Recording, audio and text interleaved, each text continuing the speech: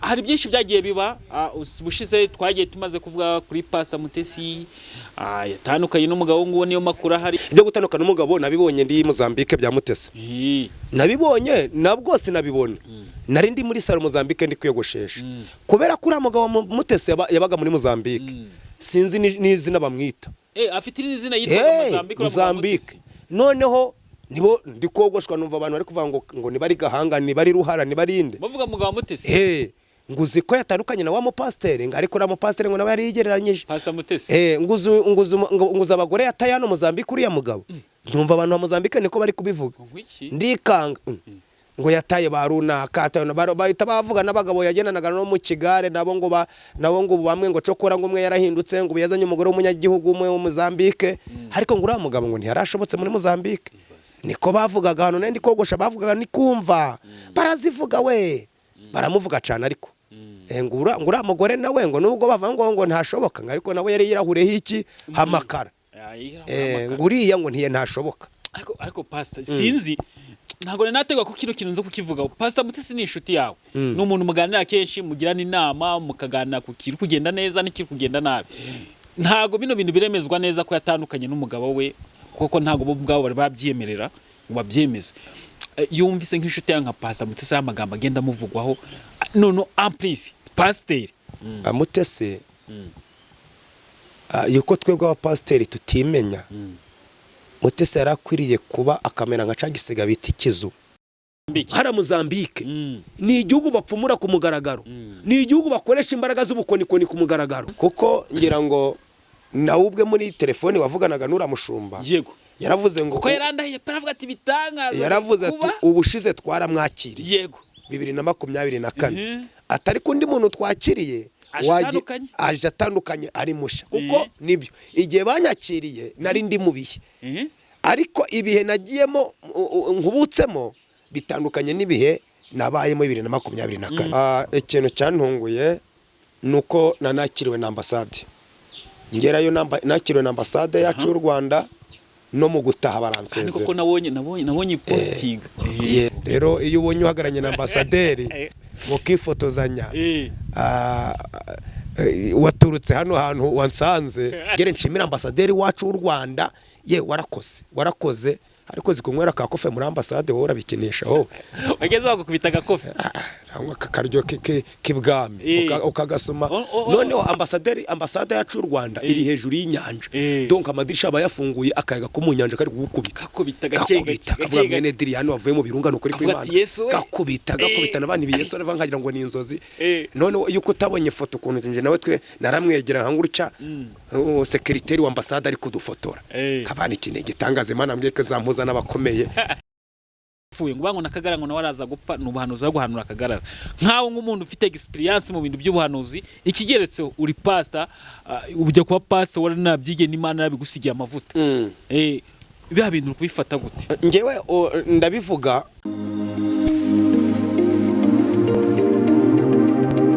yego nongeye kugwikazi na karibu hano kuri Gonake Plus ndetse no kuri Sekazuba From TV numva twatugukumbuye cyane pastor twatugukumbuye sinzi kuntu twabivuga ariko ntekeza ko ubusigaye uri umushitsi mu Rwanda kuruta ko wavuka kuko ingendo usigaye ugira muri iyi minsi ni ingendo nyinshi ahubwo mumeze muti turaho turashima Imana bwiza bw'Imana babukugaragaraho nge nari ngukumbuye pe sinzi kubera Imana nari ngukumbuye sinzi kuntu nabivuga ariko ndagusoje mahoro ya Kristo nize ko n'abantu bagukurikiye hano bari bagukumbuye bagusoje mahoro ya Kristo abizi neza baransuje kandi nanjye ndabasuhuje mahoro ya Kristo Imana ibahumugisha sinzi kuntu abantu bazaza kubyumva neza bakavuga ati niba bakubonye bajye bakubyaza umusaruro nk'abantu badukurikiye niba mubonye pastor mujye bumubyaza umusaruro hanyuma pastor izi ngendo ntago zatuma zigusiga ushaje oya nico nahamagariwe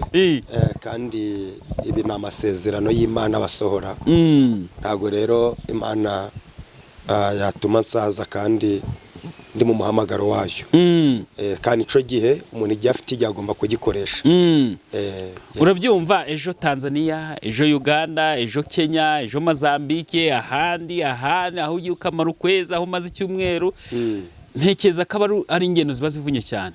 Ni ingendo zivunnye ariko muri byose rero ico twahamagara no gukorera Imana. Ijambo rivuga ngo mugende mu mahanga mubwirize ubutumwa abazemera muzababatize. Rero duhamagawe mu gihe nk'icyo kugira ngo dukorere Imana. Sinzi ngewe yo mbonye nka post yawe wapostinze uri ku kibuga cy'indege, mbona amafoto uri kumwe n'abantu, mpita mfata agafoto kawe ka kera. Yego. Mpita mfata agafoto kawe ka kera nkavuga ati uyu ninde ndi kubona. Ukagira ngo uri kurota noneho. Hari no kuntu nshikwa gukina abandi kwiganira n'umuntu. Umuntu wa mbere ntangaho urugero ni wowe. Yego. Murangiye nabonye urugero rwiza. Rw'ubuhamya ni wowe ntanga. Yego. Nahita avuga ati mwamubonye? Yego. Imana irahindura. Aho niho Imana rero ibera Imana. Muri bya bindi tugunda kubwira abantu ngo nta buzima Imana itahindura. Ubuzima bwose Imana yabuhindura. Iryo jambo ndaryibutse. Hano baryanditse ku modoka. Ubuzima bwose Imana yabuhindura uko bwaba bumeze. Noneho bikabamo n'icyitonderwa cyo kuvuga ngo niba uri muzima hari iteka Imana iguhaye. Shiramo icyitonderwa. Icyitonderwa. Umuntu wese ugihumeka ushire icyitonderwa ntumusuzugure cyangwa umufate uko wiboneye. Uwo muntu wese ugihumeka akwiye kubaho. Iryo jambo nta buzima Imana itahindura uruba yaryanditse ku modoka. Yego. Sinzi umuntu wigeze kumbona mbere tugikwana kuri Sekazuba From TV. Yego. Arambye ati shobuja ntawe wabonye. Ati nta buzima Imana itahindura. Ahita mbwira iryo jambo. Navuga ati burabonye imodoka yawe. Nimereye mu mugi ati shobuja nawe wabonye reka. Ahita mbwira ati nta buzima Imana itahindura. Navuga ati burabonye imodoka ye. Ira jambo abantu bose ryabageragaho rikagera ndibuka rimwe. Ryagendaga ribwiriza. Rigenda ribwiriza. Nigeze kuba ndi muri Kigali. Umuntu asunitse umuntu mu kagare ufite ubumuga. Abararebye asoma iryo jambo aravuga ngo nanjye ubuzima Imana izabuhindura. Ko ni ijambo ryagendaga ribwiriza ubutumwa. Ijambo ryagendaga ribwiriza ubutumwa. Yego. No kira modoka yaje gukora impanuka. Yego gihe cyarageze iragenda. Ubwo wenda tuvuge muri bya myizere yacu y'abarokore. Yego. Ubwo jambo ryari soje akazi karyo. Wiriya modoka ariko mu kanwa kanje ko riracyariho. Hanyuma rero reka dutange ikiganiro cyacu neza nagira ngo tubanze twinjire mu kiganiro neza. Yes. Hanyuma ubushize twaganira ikiganiro gikomeye ubwo wari uvuye mu gihugu cya Kenya. Tunagana tuteguza abantu urugendo rwo kujya Mozambique. Basta tubwire nkuko twateguje abantu basanze abantu bakwiteguye neza. Abantu bari banyiteguye kuko ngira ngo by'umwarika amafoto warayabonye ku kibuga cy'indege abantu baje kunyakira. Byari bigaragara ko banyakiriye nanaboneraho kubashimira ko turi mwese tugomba gushimira abantu baje kunyakira pe. Kandi abantu nkuko twabateguje kuri Gonareke TV hari no bagiye bamamagara ngo tukubonye kuri Gonareke TV karibu Maputo karibu Mozambique. Nabonaga babyandika muri comment karibu Maputo karibu hari abaje kundeba hari nabo nasuye bakanza bati rwose turi abantu twakubonye kuri Gonareke bitegura kuza turi mu bantu bakwandikiye ngo karibu none wadufashije ukazadusura. Urumva rero uko twabateguje urugendo nkuko twavuze ngo batwitegure baratwiteguye ndetse abantu baratwitabira ngira ngo mu gitane nagize cyabereye hanze haba no mu nsengero nabaga ndi abantu baranyitabiraga ku bwinshi. Yego. None na kariya kantu n'ubundi wongeye gukora ko kuhamagara kugira ngo bazi ko bimeze n'ubundi kabaye kongera kubakangura hamwe twarangiraga abantu byarushijeho kugira ngo abantu bamenye ukuri bamenye naho ndi neza by'umwihariko ariko byabaye byiza abantu baratwitabiriye. Ngewe hari ikibazo maze iminsi nibaza abantu bagurikira no kuri Gonareke Plus. Kino kibazo ntago bashobora kukibura mfite umutumirwa. Yego. Kubaza abantu badafite Yesu batazi Yesu babayeho bate. Iki kibazo nsigaye nkibaza. Urabona iyo umuntu adafite Yesu sinzi ubu uri mu yindi si. Udafite Yesu udafite Imana muri weho utari mu bihe byo kubana n'Imana ni nk'iyindi si uburimo itandukanye no kuba uri hamwe na Kristo. Kuko burangiyewe ntago mpera kuba tafite Yesu ubwo nihera kuri nge ntari nagahura na Yesu. Uru rugero rwiza nanjye nkunze kubivuga rwo kuvuga ngo sindavuga n'abandi ahubwo ndiheraho ngewe ntari nagahura na Yesu. N'uyu munsi meze bite bivuye ngo hari indi si narindimo itari izi n'amateka. Indi si ya yindi wizengurukaho, ya yindi ubona ko ubuzima burangiye. Urumva mbona ko iyo umuntu adafite Yesu nta bundi buzima. Yesu ni ubuzima, Yesu ni amahoro, Yesu ni ibyiringiro, Yesu ahindura imibereho uwamugiyemo. Niyo tureka bimwe avuga ngo wenda dukurikize ngo ubuzima burahinduka, ukaba wagira amafaranga, ukaba waba heza, ariko no kumutunga mu mutima nibwo buzima bwa mbere. Kuko amahoro, iyo tuvuze kugira Yesu tumugiranya nk'amahoro, kuko agiye kugenda yavuze ijambo rikomeye. Burya ntabwo yavuze ngo mbasigiye amafaranga, yaravuze ngo mbasigiye amahoro abisi badatanga. Iryo niryo jambo yavuze. Ayo mahoro yadusigiye mwisi nta handi wayabona. Waba ufite amafaranga wabura amahoro, waba utafite wabura amahoro. Ubutunzi bukomeye Yesu yadusigiye, yaravuze ngo mbasigiye amahoro abandi badafite. Ayo mahoro yadusigiye muri Amerika ntiwayabona, nta duka wayaranguramo. Iyo tuvuze Amerika tuvuze igihugu cy'igihangaje ku isi. Rero iyo udafite Yesu uba umeze nk'uri mu mwijima. Ya mahoro yadusigiye ntayo ubufite. Icyo kibazo cyo kwibaza nk'abantu batazi Yesu babayeho bate, ntago gitaranira ijambo rivuga ngo turebe twumva ariko tunike. Tekeze unajya kujya Mozambique numva bigana magambo nana yavuze. Ti turebe twumva ariko tunike. Ko Pastor Seka zuba urugero rwiza rwo kwigiraho. Reka nk'ubu buhamye. Ndanaza kubikoreka kuri chat. Hari umubyeyi w'inshuti yanjye, ntago ndibuze kumuvuga, ahari ndanamusenga ndavuga ati Imana ikomeze umworohereze. Afite umwana yari amaze iminsi amusengera. Umwana akavuga ati ndahindutse akagira ikibazo, bamujyana muri gereza. Bamujyanye muri gereza, nashatse ikintu camufasha, kandi Imana yaramuvuze ngo umwana wawe Imana izamukiza. Aba muri Amerika uwo mubyeyi. Umubyeyi yaramaze iminsi asengera umwana we wamunaniye pe. Ariko bamujyana muri gereza. Nabuze urundi rugero rwiza, ndavuga ati ariko uyu mwana wasanga agiye kugira ubuhamya nk'ubwa Pastor Seka Zuba. Ntago arafungurwa uwo mwana. Ariko nahise muheza ifoto yawe. Ndavuga ati umuntu ashobora agiye kugira ubuhamya nk'ubwa Pastor Seka Zuba. Urumva ko urugero rwiza. Nta nabikwereka kuri chat mbimuhereza.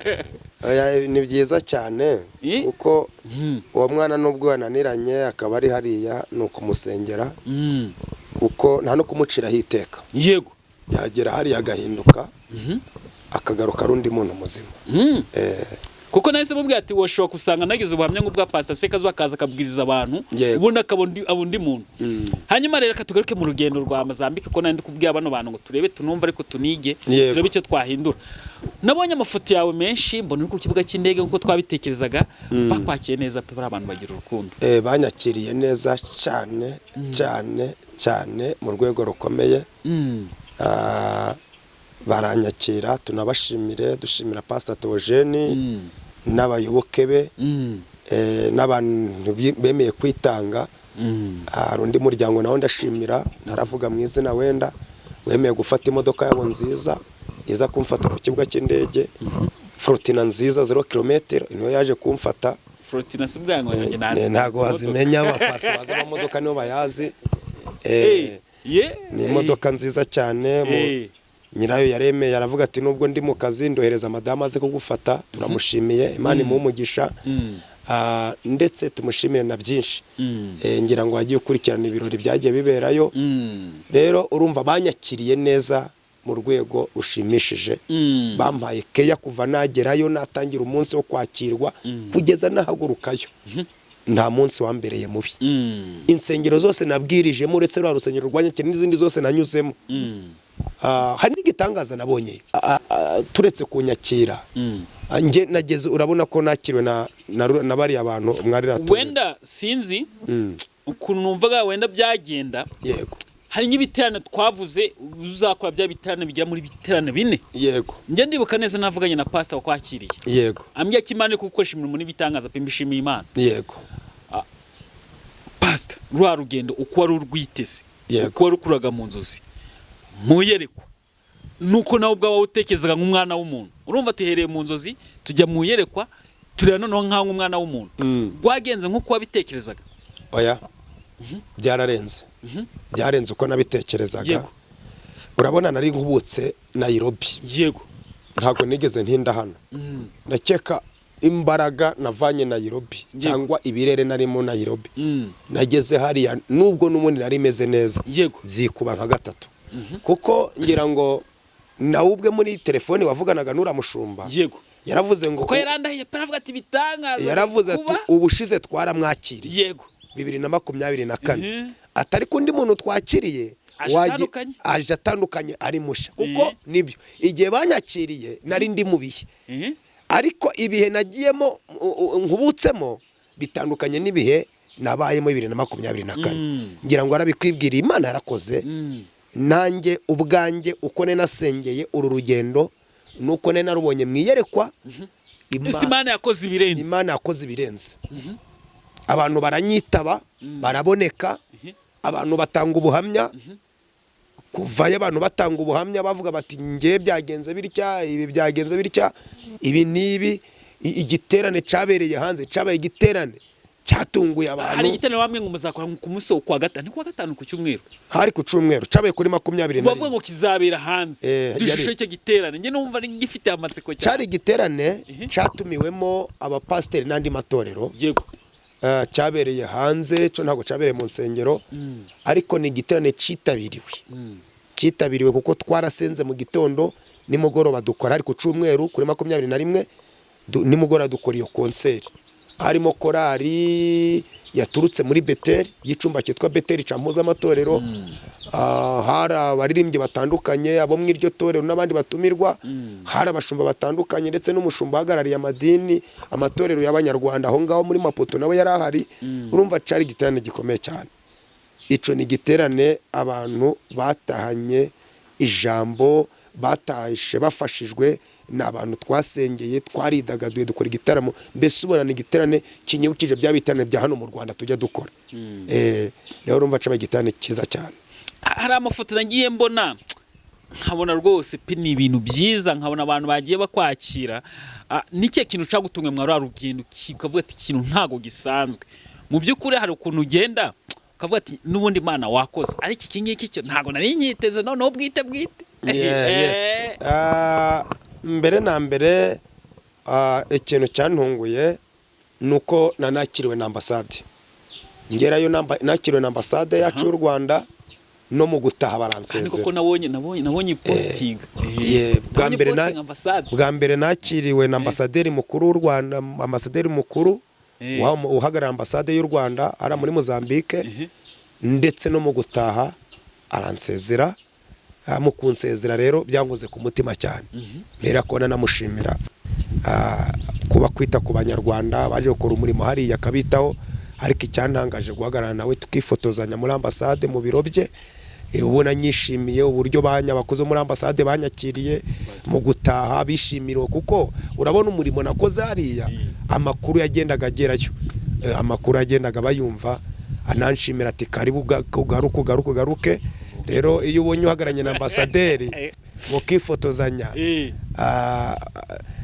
waturutse hano hantu wansanze muri bwa buhamya bwavuze ngo hamwe naturutse ukagera muri cyagiye wumvaga mukuru w'umudugudu ukiruka aje kugufata ukagera mu rwego Imana ikugejemo guhagarana na ambasaderi mugahagarana mukifotozanya ni igitangaza gikomeye ibyo nabyo ni ibintu byantangaje mu rugendo rwanjye kandi aho bitatangaza muri Mozambique ico ni igitangaza kabiri ni uburyo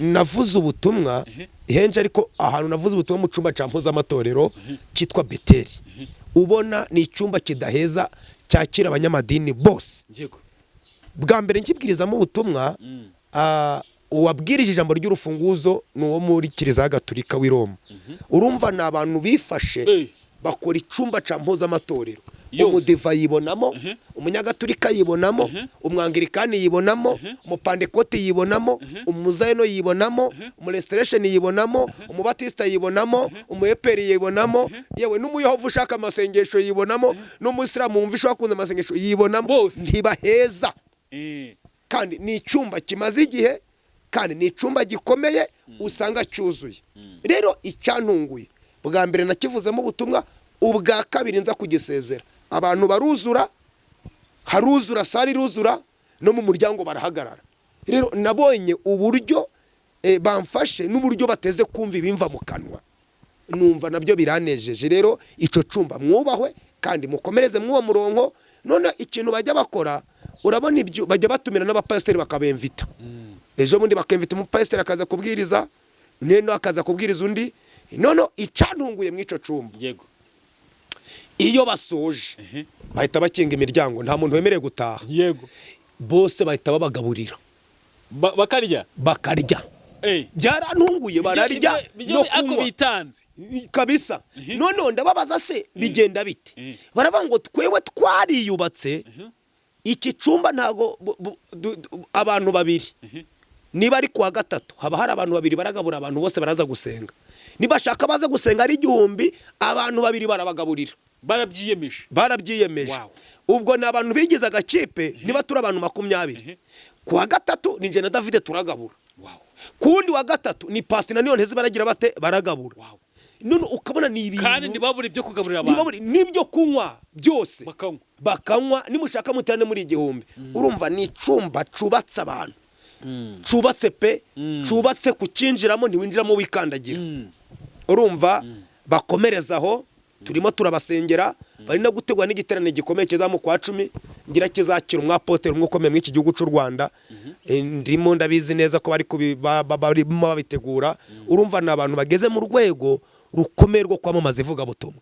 Rero tubashimire, dushimira presidente wabo bita Vestine, akomereza aho ngaho n'abandi bamushigikiye, kandi baranyakiriye pe. Baranyakiriye, bampaye keya, banyambukije inyanja. Ico cumba cyanyambukije inyanja kinjana hirya, abo bayobozi bacyo banjyana hirya baranyakira. Urumva inyanja se banyuje ku kiraro cambutse inyanja nja hakurya baje kumbaye baje kuba. Abari kiraro se cyangwa n'ubwato? Ni kiraro.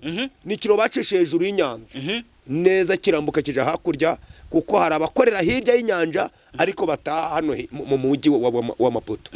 Rero banyambukije hirya ngo baje kunyereka ibikorwa byo hirya. Urumva bankoreye byinshi, bagize bate. Igitangaza ikindi cyambere urabona ko ariho ni naho itariki yanjye anniversaire y'imyaka 11 nuje yivuga butumwa.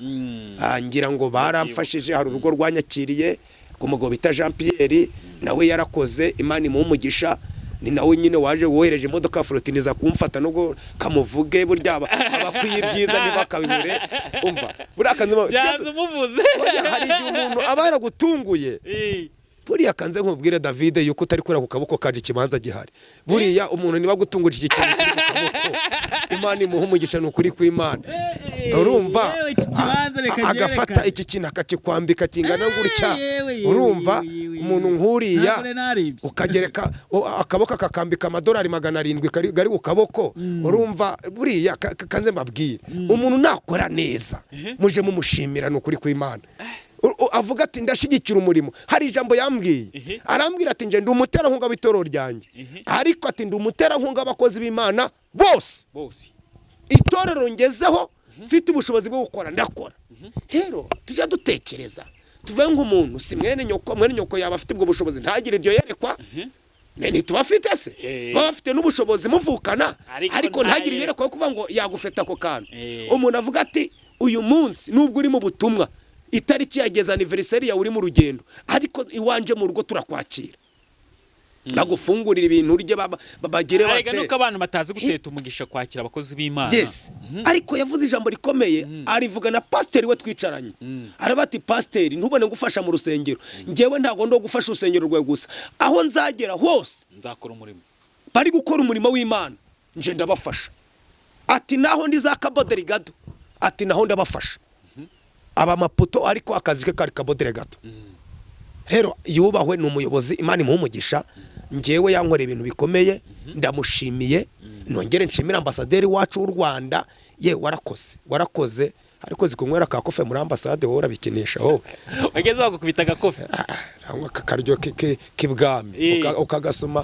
Noneho ambasade yacu y'u Rwanda iri hejuru y'inyanja. Donc amadirisha abayafunguye akayaga ko mu nyanja kari gukubita gake kabura mwene Diriano wavuye mu birungano kuri kw'Imana. Gakubita n'abandi biyeso rava nkagira ngo ni inzozi. None yuko utabonye foto kuntu nje nawe twe naramwegera hangurutya secretary wa ambasade ari kudufotora. Kabani kine gitangaza Imana mbweke zampuza n'abakomeye. Imana ishimwe cyane. Rero ibyo ni bitangaza by'urugendo, ni bitangaza byo kurinda ubuhamya, ni bitangaza. None se waba utararinze wabya ambasaderi akifotozanya nawe? Oya. Uzi ko ifoto yanjye nayisanze mu karere abayobozi b'akarere kanjye bahise bamamagara wiki ni ukuri kw'Imana bari ku karere bahise bamamagara bakubwira ati ifoto yawe umuyobozi mukuru yayitwohereje pastor ati komereza ngo mwana wacu abayobozi banshimira b'akarere komereza aho ngaho wow ati ambasaderi yaragushimiye ku murimo wakoze hari imitima yari yarangiritse yari yaranze itekereza kutazataha isanamitima iraza bemeye gushaka pasiporo ngo baze mu Rwanda. Urumva iryo ni ryo jambo, ubwo nibwo butumwa kwisanga abantu bihebye batacyumvamo igihugu, kabigisha bagakunda Imana bagakunda n'igihugu. Uwo ni wo murimo. Hari gara abantu bihebye iki gihe, bihebye baheranwe n'agahinda, babuze umuntu babwira ijambo ribahumuriza. Hari ijambo abakristo bahara bavuze bati twakomerekejwe n'abashumba, kuko intambara kiriya gihugu nari ndimo David, abantu bakize n'abadukurikiye bakirimo, ni igihugu gicunamiwe n'umwijima, ni igihugu gifite amashuri y'abapfumu mugaragaro, ni igihugu gifite abapfumu bafite iniforme yabo bagenda mu mujyi bambaye ku mugaragaro. Hariya Mozambique, Mozambique ni igihugu bapfumura ku mugaragaro, ni igihugu bakoresha imbaraga z'ubukonikoni ku mugaragaro. Noneho impamvu bano uyu mwirijyane w'abantu bajya gutangiza umurimo bagero bakarwana, ugasanga amatorero yabo ngira ngo mwigeze kura kuri televiziyo urusengero rwaho rwigeze kurwana abantu bagakubitana intebe mu rusengero. Nukubera iki? Bariya bapfumu bafite ububasha bwo kurwanya abantu baje kuba babahindura. Niyo mpamvu usanga ziriya ntambara z'abara abapastori zihoraho, kubera ko abapfumu bari target yo guhangana nabo. Noneho bagero niduhorana mu ntambara nge na David ntituzagira umwanya wo kuba twasengera igihugu twaje guhindura. Kandi kiriya gihugu cahinduka, kiriya gihugu ubwami bwa Satani bwatsindwa, kiriya gihugu ubwami bw'umwijima bwatsindwa. Niyo mpamvu nabwiye abashumba igihe cyose bifitiye icyizere ntabwo urwanira abakristo. Mureke kurwanira abakristo. Abakristo ni mwababyaye. Iyo uri umushumba mwiza abakristo barizana. Iyo ufite amavuta yawe warayarinze, abantu barayashaka. Mbaho umugani mu gitani nabahaye umugani ukomeye cyane. Hari harimo nabo bapastori. Ndababwira ngo ntagiye na kimwe amavuta yagiye gushaka ubushishi. Inshishi zizashaka amavuta. Yego. Uzatereka amavuta yawe mu nzu uyandagaze. Ntabwo amavuta gazicarira hariya, inshishi zize ziyashake. Rero n'umupastori ufite ubuhamya bwe bwiza, umupastori warinze amavuta ye, abakristo bazaza ubure aho bashira. Ngira ngo uribuka rimwe igihe twatangizaga urusengero hano, si bari bararufunze hano, bari bararufunze. Umusaza nyirarwo nge no kuri umukodesha ararunyima, arambwira ngo nubona abakiriye, nubona abakristo genda ukore mu busa. Twamaze ameza ngaye abiri hari huzuye. Igihe cyose oya urabivuganye nkabyumva kuko nabibonaga. Urumva igihe cyose bigiriye icyizere, igihe cyose bango ngende mu muhamagaro w'Imana, igihe cyose barinze ubuhamya bwawe, igihe cyose barinze amavuta yawe, abantu bazazure naho bashira. Niyo wajya hehe bazaza. Rero narababwiye ni mureke kurwanira abakristo, kubwo wowe isuzume uvuge ngo bite. Ubundi hari ijambo umuntu yambaje ngo nibite bite byawe wowe kuba ugeze uyu munsi, suko dufite dutera imijugujugu, suko dufite abashaka. Nanjye iki kibazo ngo nakukikubaza, sineye abantu bakoresha kugira ngo urambira aha ngaha, nta kibazo ugiranye n'abantu. Icyambere David narisobanukiwe. Iyo wamaje kwisobanukirwa uriwe, uremera ibije byose ukabyakira. Kabiri, kumenya ukorera imbaraga afite. Buriya benshi bibacogoje kubera kudasobanukirwa abaribo no kutamenya uwo bakorera. Gatatu, gusobanukirwa umuntu muhangana. Uyu muhamagaro turimo Satani ntawe ushaka. Menya katagushaka Satani. Rero kubera katagushaka intambara zose zaje, shinyirizo zitsindishe gusenga. Kuko ibanga wamenye niriye, iyo kuwa guhamagaye arusha guhiga iki imbaraga. Kumara kwisobanukirwa no gusobanukirwa nyiri imbaraga. Kuba njye w'Imana yanditse nkaburara suko yabuze imbaraga. Icyo kintu abantu bagisobanukirwa. Kuba ndi kugenda n'amaguru nagendaga n'imodoka suko Imana abuze imbaraga. Icyo abantu bagisobanukirwa. Sinuko nabuze ubwenge. Igihe cy'Imana yo cageze David, ibintu birizana, imigishiraza. Uvuze iby'imodoka sinzi ninde wabimbajeje ubundi arambye ati ariko ngo pasa ngo ari imodoka ngo nshyashya bamuhaye ngo yakado. Imodoka umuntu arayimpa ariko ntiyari yayisohoza.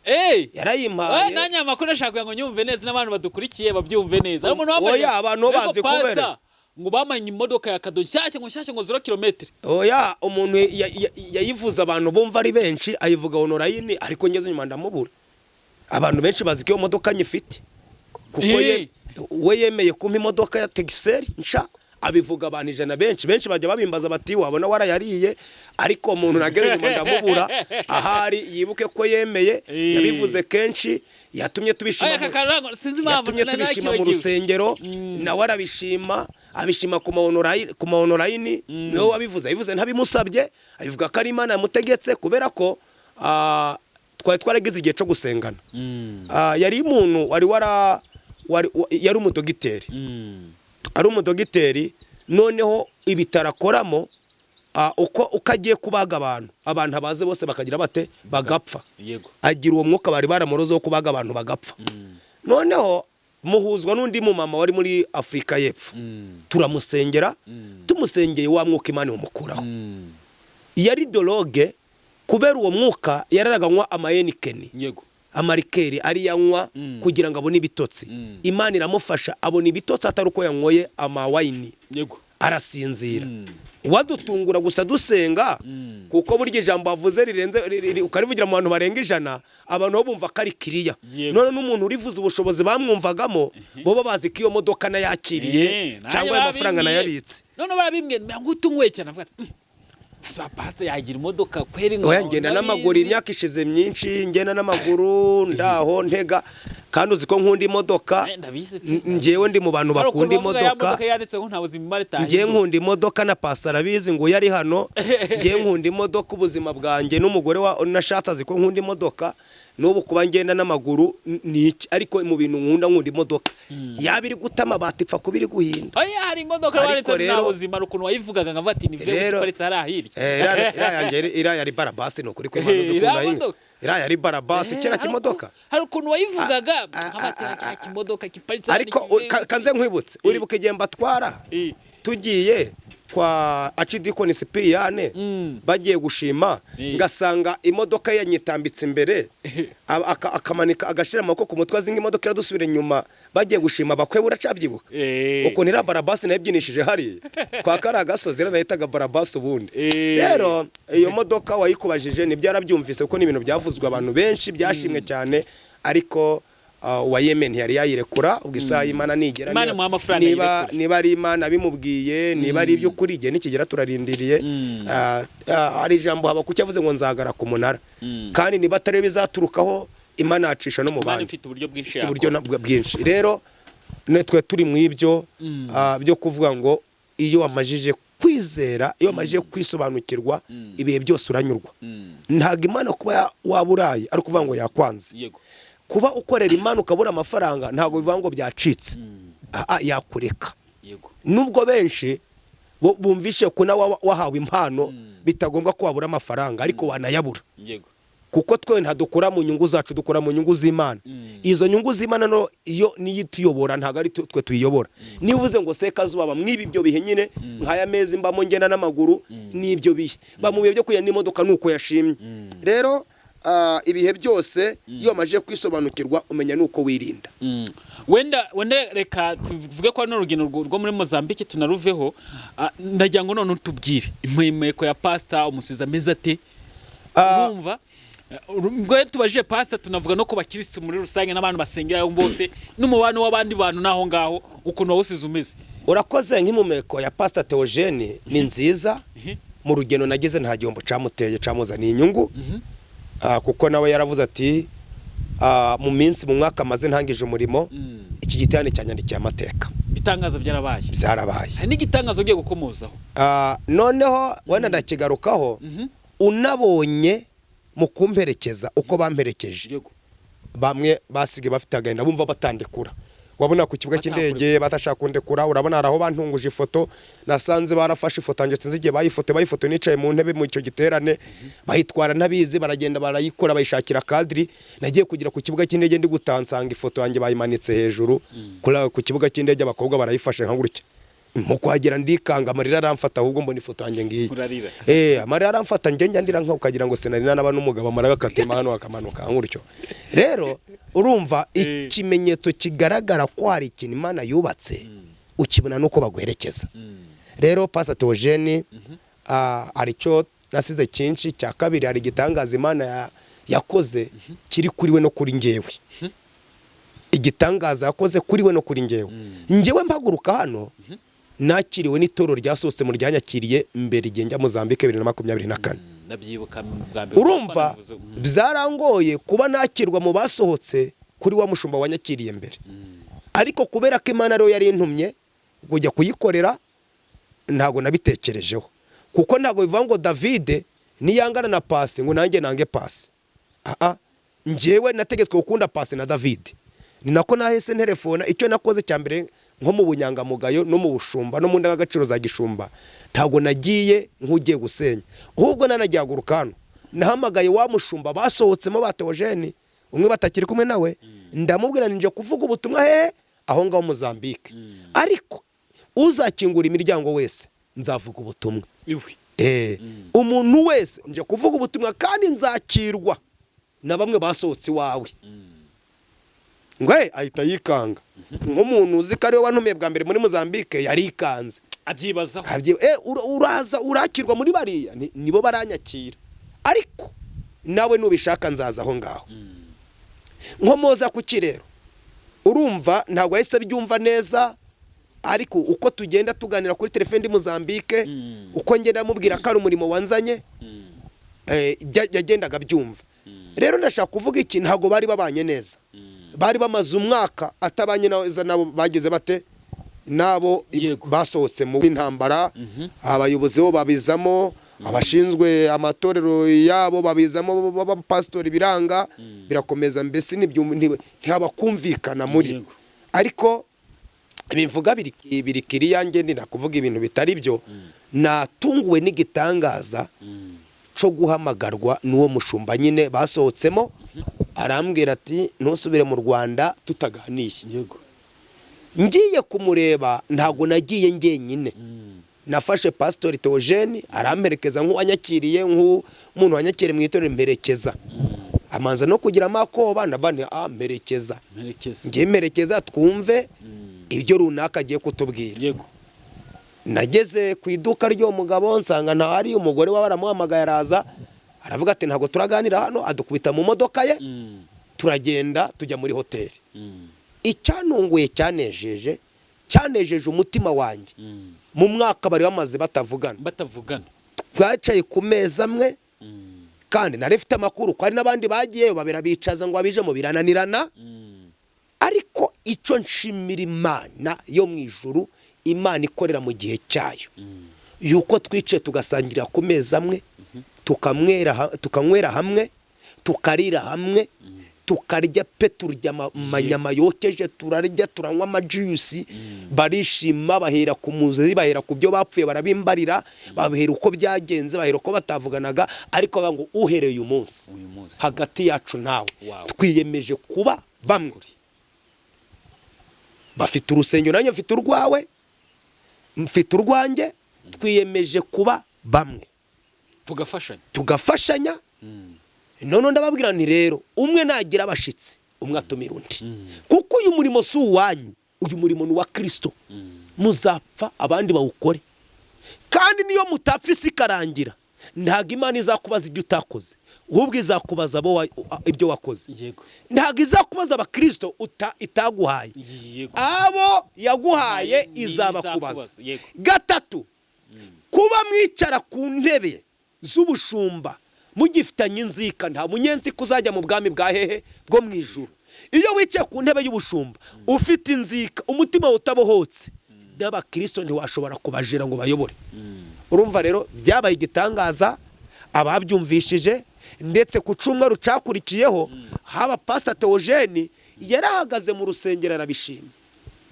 Aravuga ati Imana yamuzanye mu iki gihugu gukora, ariko igitangaza cyambere yamuzaniye yuko yaduhuje njewe na runaka. Tukicara tugahurira hamwe. Rero nanjye byabaye igitangaza kuba nasiga Pastor Theogene atongera kugenda yikandagira kuri afite umutima ubohotse. Ndetse na Pasteur uwo nguwo Damiye nabo bahuje umutima. Ndetse Pastor Damiye adutwara mu modoka ye aratuzana tugeza kwande kwa Theogene. Hari hashize umwaka atagera ku irembo rya Theogene kandi baturanye. Ariko iryo joro aradutwara n'imodoka nk'umushumba atugeza kwa Pastor Theogene. Ndetse yanga guhitaguruka n'imodoka. Aha duhagurutse umugore wa Theogene nawe baraza, bahari amaze umwaka badaharamukanya, bararamukanya. urumva ico ni igitangaza kiruta ibindi bitangaza byose nabonye ibitangaza by'abarwaye amapresha abarwaye imitima abarwaye ibiki abatanze ubuhamya abavuze ibiki ababohotse abagize bate abavuze ngo bite abijambo ryakozeho abavuze ati uyu mugabo benshi mu nsengero zatandukanye nagiye no mu rusengero rw'umugabo uhagarara abapastori bose muri kiriya gihugu b'abanyarwanda rwa etaje rw'umupastori bitarenzaho naho Imana yarakoze ikora ibitangaza kuko narubwirije icumweru cyose nabwirije kuwa kabiri mbwiriza kuwa gatatu mbwiriza kuwa gatanu mbwiriza ku cumweru icumweru cyose narakimuhaye ariko ku cumweru abantu baraza imodoka ziruzura umuhanda uruzura mbona kuko k'abantu guhera icumweru cyose inyigisho natanze hari aho zavanye abantu hari n'ico zabubatse rero ibyo ndabishimira Imana niwo murimo ariko igitangaza byose byabaye ibitangaza twavuze ibitangaza byo kwifotozanya na ambasaderi ariko igitangaza kuba abashumba bari bamaze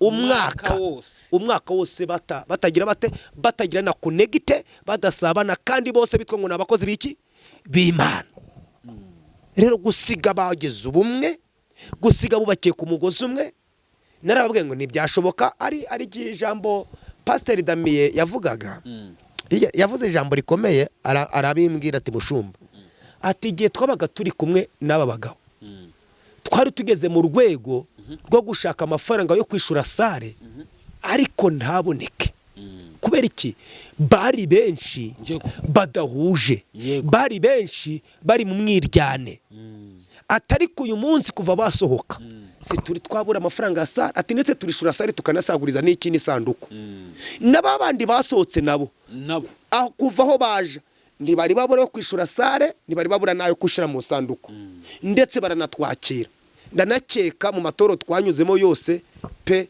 baraduherekeje turishima kandi n'abantu bakeya beza baraduherekeje pe mu rwego rwiza mu rwego utabakekera wabonye uko batangije umurimo vuba nuko baduherekeje ngo tugura amazi mu nzira wabonaga tutari tubibitezeho bivuge ngo kandi ubwo babikoranye umutima w'urukundo cyane dushimira abamama bakorera muri ya batwakira badiyakora Imana bahumugisha kwa Tojene noneho umva ikindi gitangaza gikomeye ingenera babwiye ntiroka nze mbabwire impamvu ni iyihe mwabaga muri benshi mwuzu urusengero mukabura yo kwishura sare niki ndaga Imana babonagamo inyungu niyo mpamvu Imana ikunda inyungu iyo yabuze inyungu ishaka inyungu niyo mpamvu izi ntambara zabaye umwaka agenda abandi bagasigara mbabwira impamvu amafaranga batari kuyabura bakiri kumwe bari bariraye ntago basengaga by'ukuri oye nyangonze no kubwira abantu ati nta kintu Imana ikora kitari mu nyungu zayo yes urumva David bakimara no guhangana kuge kwaka kantu tukavuga tukanagasobanukirwa bakimara gutandukana niba Pastor Damien yarasengaga 20% bariya bakimara kugenda yasenze 80% avuga ati aba bantu ninsohoka muri sare baranseka yahise afata ubutayu yafashe ibihe byo gusenga byo kugira ngo aritekereza aba nabo basohotse rero baravuga bati nitunanirwa aho twavuye baragira bate baraduseka bafata ibihe byo kwegera Imana kurusha uko basengaga bakiri kumwe rero icyo Imana dushakaho nuko yegera nubwo bari benshi nta masengesho yo kwegera Imana bari bagize bate bari bafite niyo mpamvu uyimana iri kumumugisha nuyikamuha umugisha kandi ubonye aho Tojene ageze mu mwaka amaze kugura ibyuma bya muzika bya miliyoni zigera muri 5 z'amafaranga y'u Rwanda urumva kandi atangije umurimo vuba hari n'ibindi ari kugura ntiyari yabura iki ni ibikorwa byose by'itorero inshingano ntiyari yabibura bimwe byo gutanga amagaburo byo kugira gute urumva ni ibintu amaje kugira abashitsi benshi ngira ngo mbaye nk'umushitsi wa gatanu hatangirije itorero unyuze mu rusengero rwe urumva barakangutse barahumutse ariko hari abakoraga nk'impumyi kubera iki bapfaga uduki ngo hari utuntu twinshi bapfaga two mu itorero bamwe bari kurarwa runaka abandi binibi ariko benshi ubu begereye Imana kandi Imana nta gihe cyose izemera gukora mu gihugu hanyuma pase sinzi runo rugendo tukujya kugana ku musozo warwo niki kintu bigiye muri rugendo kandi ukiga ukumva urafasha ikintu nigiye muri rugendo cyatuma nkiga kandi nkafata. Yego, cyakwigishe kandi ugafata kavati aka ngaka ko ndagafashe pe. Ikintu cya mbere nize ni ukongera kurinda ubuhamya. Nukuri kongera kurinda ubuhamya bwanjye kuko nagiye mpura na benshi aho mu ico gihugu bambwira ukuntu bari bakomeye bafite abakristo buzuye ariko kubera ubuhamya batageze barasohotse basigaye bonyine. Ibyo byongeye kuntera kongera gusengera ubuhamya bwanjye no gukomeza kuyoborwa n'Imana no kumvira umwuka wera gukora muri gahunda z'Imana kuko hari nk'umupasiteri ntaravuga izina wari ufite abakristo benshi bagiye bamusohokaho ubu ntabagifite kubera ko ubuhamya bavuze ukateye imbuto zahindutse. Byanteye kongera kwitekerezaho nge ndi igiki ukibona abantu bagitegerwa indege. Bivuze ngo n'undi muntu wese udukurikiye hano yiga ikintu cyo kurinda ubuhamya bwawe muri kayitsi utuyemo mbese buri aho ubarizwa hose. Ibyo bintera mw'uru rugendo byongera kuntera rwa rugendo nakubwiye navuye Entebbe nzi Kigali. Aho wari uvuye Kenya ugaca Uganda nkaza bakandira indege nkaza muri business class. Nabyo byongeye kuntekereza ku buzima bwanjye bita bigarura mu butayu mazemo iminsi mbona ibihe ndatekereza none nongeye kugenda mu ndege mbere yo kwicamo nicara muri business class nicara n'abadiplomate ngeze ku kibuga cy'indege barangaburiye. Iyo ufite business class iriya tike ugera ku kibuga cy'indege ntabwo ujya kutegereza indege ngo wicare nk'abandi uja gukina n'ibyo kurya. Bife yari ivuye nk'iriya baranzamuye hejuru ibyo kurya ndabireba kubera ubwinshi n'umunezero kurya birananira. Ibyo byanteye iki ntago byanteye kwikumbrika no kwishira hejuru ahubwo byantekereje niki gitengera ku ibyo kurya gukina n'ibyo kurya mu gihe gitegereje k'indege yabo abandi none iyo ufite iriya tike ntago ureba ngira gusiga ubu ufite abantu bagukangura bakagutwara bareba intambwe yawe uyikandagiye mu gihe abandi barangara ikaba yagusiga. Iyo uri ufite iriya tike uricara abakobwa bo mu ndege nibo baza gufata udukapu twawe bakareba intambwe ukandagira. Ibyo byanteye kuvuga ngo none buriya hari abantu bavuga ngo Mana irampaye ariko ntuve ngo ibiryo nubwo mbiriye byagenze bite ese nindangara ntago Imana izabinyishuza. Rero byanteye kongera kuvuga ngo none iyi business class ngiye kwicaramo ni iki kiyingejejemo bituma nongera kuvuga ngo nongeye kubaha Imana kurusha uko nayubahaga nongeye kurinda ubuhamya. Uyu mwana w'umukobwa wandiye indege ya business class niki yankurikiye niganye nawe Butare niganye nawe hanze yize niki yankurikiyeho nuko nubasha Imana nuko ari amavuta narinze bintera kongera kwitekerezo kurinda amavuta yanjye n'ubuhamya bwanjye.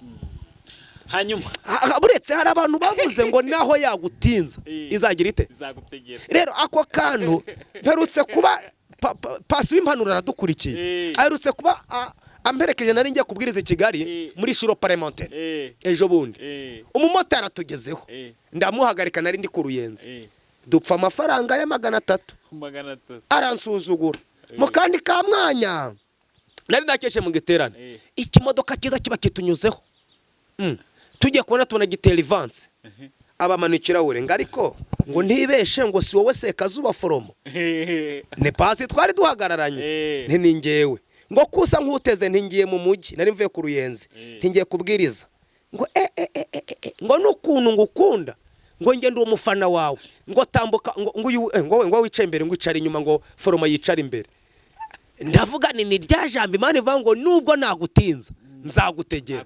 Ningingaga umumotari none Imana yanze ko agenda nkubitwa n'izuba n'umuyaga. Rero icyo nigiye muri rugendo mu byo nabonye muri Kaya nahawe izi Kaya mwese mwambaye abantu ba Mozambique si amashuri ya Sekazuba mwatinye si ugusa neza mwatinye n'ubuntu bw'Imana mwubashe. Si ibiro byinshi bya Sekazuba si umuryango ukomeye wa Sekazuba ni Yesu Kristo uri muri ngewe uri muri uyu mugabo mwubashe. Rero uwo Yesu Kristo icyo ngombwa ni icyo mu byumba je ngomba kuba nakwiga ni ugukomeza kumuha agaciro ni ugukomeza kumva ko atari njyewe hubwo ari we atari muri njye murekuye gatoya aba bo muri Beteli bampaye keya aho kwarenzaho aho nazengurutse ku kibuga cy'indege kugenda mu modoka nk'iyo ya Frotina nziza zura kilometero uwo ni Kristo bari batwaye si mwene Diriyane ni Yesu ucumbitse muri njyewe uwo niyo ngomba guha agaciro kurusha guha agaciro ibindi byose bibaho rero icamunguraho cyose ni ugusenga ku manywa n'ijoro nkaba ngo Mana ndwanirira ariko ntigize umuhanga ngongera nkagaruka muri rya jambo Pawulo yavuze yaravuze ngo ibyo byose tubishobozwa na Kristo uduha imbaraga Yesu akomeza imbaraga kandi akomeza ndwanirire mu myaka maze kuri social media ntago ari mike ntago ari akana nani myinshi hari abaje nyuma yanje baserebesika ikibuga kirabakubita hasi hari nabo twatangiranye ni natangiye gutungwa kamera 2018 no kamera yantunze 2019 nyuma ya corona noneho bibacane oye nyene nanabyibuka nkufatisha telefone rero bishaka kuvuga iki aha haguye abandi nanjye nari nkwiye kuhagwa ahubwo ni ugushimira uyu mwami ngo hariya wamfatiye ukomeze umfate ibyajanye bariye uninde kuba byantwara ibyo gusa powe sinjye uriho ni Kristo kurinda ubuhamya nico nize kuko mbonye byinshi yego hanyuma yego sinzi tugiye kuva ku ngendo ufite tukugira ngo tujye mu bindi sinzi nkuko tugufata mu Rwanda nk'umushitsi nanjye ngo ubonye mbona nk'umushitsi ni handi hakurikira ni Tanzania mu kwa munane nzaba ndi Tanzania mu mujyi wa Mwanza Tanzania mu mujyi wa Mwanza muri Tanzania mu byumve neza Pastor aje aka kantu nibuka muri Tanzania n'abarozi bigeze kumukubita bamwe banteruye ku buriri none urashigura ashaka ko nasubira tu oya hariya ubundi ikibuga iyo wagikiniyemo kigashaka gutura hasi ntabwo gitinya upfa ko waramenye inguni zacyo warazimenya kata bakoresha hari akata kandi kanze ngwire David nubwo ari igihugu napambanye n'imyuka mibi cyane nahanganye n'abaroze cyane ariko n'igihugu nagiremo umugisha cyane Tanzania buriya mu bihugu bibamo n'igihugu ngiyemo ingendo nyinshi ese icyo cyakino umuntu yaguha envelope akagwamo ikaramu umukire wari ufite amamodoka ufite amakampani w'umukire ukomeye cyane mu gihugu ca Tanzania nabona nta kintu kwiruse ikaramu nasengeye umwana we yarwaye mu mutwe ari muri Canada ndamusengera Imana iramukiza antomero kuzaza kunshimira njyana n'undi mukire nawe wari inshuti wari usa nk'umukozi we ndagenda bagiye kunshima ndabangu ndatana envelope y'amadolari ngeze banyera envelope irimo ikaramu ya Tiko arayifunga neza nafashe kado nkangurukya ko bari bayikudekoye neza ako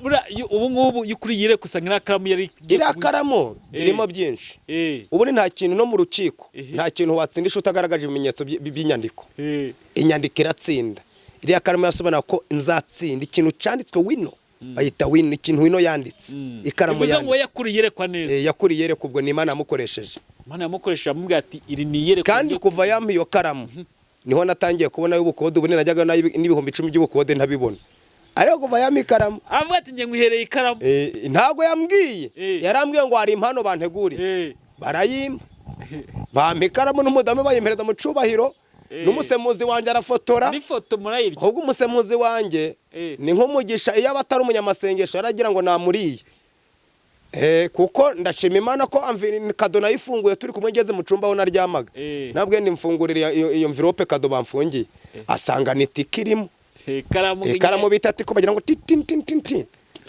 ku mutima rero nanjye ntago rero nagakomeyemo cyane naratekereje umuntu w'umugabo ampangare nasengeye umwana yasaze akaba muzima ikaramu siniranyishura amadeni mfite mu Rwanda urumva naritonganyije aho ngaho ngeze nyuma nsaba Imana imbabazi nabo umuntu w'umukire nasanze imodoka zibyagiye hariya zibuze hariya none umuntu wari wanjanye n'umukire unuba amwita ngo ni boss yabuze n'amadolari 100 yo kumba ampereza ikaramu akimana igiheza abantu yerekwa rero bisaba iki ico ge narijujuse ariko ngeze nyuma uko nyene sobanukirwa ikaramu rero sobanukirwa neza ugenda umenye sobanukirwa ikaramu iyo karamu nayimaranye igihe abantu bari Bujumbura bibika ikaramu najyaga nambaye hano intago yavaga no kwikota nayimaranye imyaka myinshi imyaka myinshi pe iyo karama itamvaho yego rero bivuye ngo Tanzania